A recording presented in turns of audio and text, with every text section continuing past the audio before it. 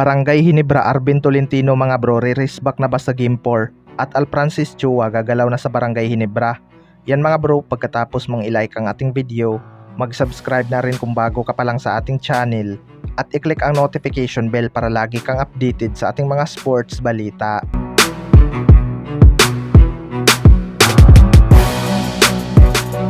So lamang na nga sa serye ang Meralco Bolts mga bro matapos nilang dominahin ang Barangay Ginebra. Expected na nga na magiging ganito ka-intense ang series na to dahil matagal na nga ang rival ng dalawang team na ito. Nasa Barangay Ginebra na nga ang pressure mga bro dahil isang talo pa magiging do or die game na nga ang kanilang bawat laban.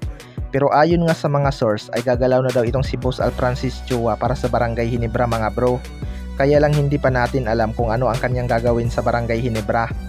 Mukhang hindi na rin talaga masaya itong si Boss Alfrancis Chua sa Barangay Ginebra dahil 3 beses na nga silang tinambakan ng Meralco Bolts simula pa noong elims.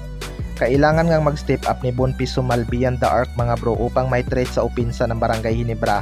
Kaso may pangtapat nga itong Meralco Bolts sa Twin Towers ng Barangay Ginebra. Sobrang sipag nga nitong si Brandon Bates mga bro na out rebounds nga nito ang Twin Towers ng Barangay Ginebra. Kahit rookie nakikipagsabayan na talaga ito sa mga veterano kaya hirap itong si C-Stand. Hindi naman kasi ganun kataas tumalon itong si C-Stand. Sa kabilang banda naman mga bro, Barangay Ginebra Arvin Tolentino re-race back na ba sa Game 4? Ito nga si Arvin Tolentino ang isa sa mga leading scorer ng Northport Batampier. Hindi nga lang sila pinalad umabot ng semifinals dahil nalaglag nga sila sa quarterfinals. Ngayon nga nakikita na ang kahinaan ng Barangay Ginebra mga bro. Maraming ang may gusto na ibalik itong si Arvin Tolentino sa Barangay Ginebra dahil matagal-tagal pa nga makakabalik itong si Jamie Malonzo. No match talaga si Ralpho kay Alin Maliksi mga bro dahil mabilis nga itong si Alin at mas matangkad pa sa kanya. Kaya ito nga ang paulit-ulit na ginagawa ng Meralco Bolts, humahanap sila ng mismatch. Matatandaan na may rumors na gustong kuhanin ulit ng Barangay Ginebra itong si Arvin Tolentino. Well, para sa akin mga bro, malaking bagay talaga kapag nakuha nila si Arvin Tolentino bago matapos ang series nila sa Meralco Bolts. Siguradong may kalalagyan itong si Alin Maliksi kapag ito ang bumabantay sa kanya. Matangkad nga itong si Arvin Tolentino at mabilis.